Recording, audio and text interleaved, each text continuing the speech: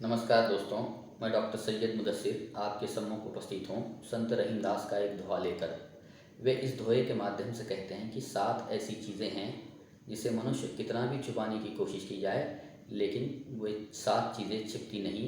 एक न एक दिन दुनिया उसको जान कर रह जाती है।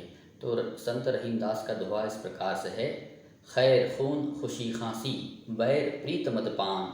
खैर खून खुशी खांसी बैर प्रीत मद पान। रहीमन दाबे न दाबत जानत सकल जहान। धन्यवाद दोस्तों।